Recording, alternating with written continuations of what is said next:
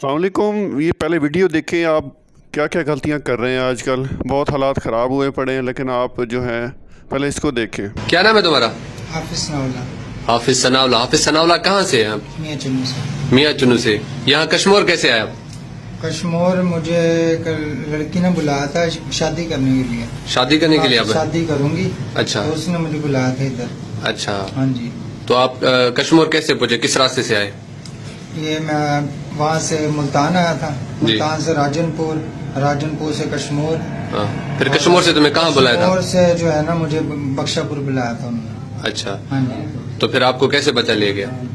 مجھے جو ہے نا کشمور کی پولیس نے جو ہے نا وہ اپنا انہوں نے محفوظ کیا. انہوں نے اچھا. وہاں تک پہنچنے سے. اچھا. ہاں جی. آپ جو دوسرے ہیں ان کو کیا پیغام دینا چاہیں گے؟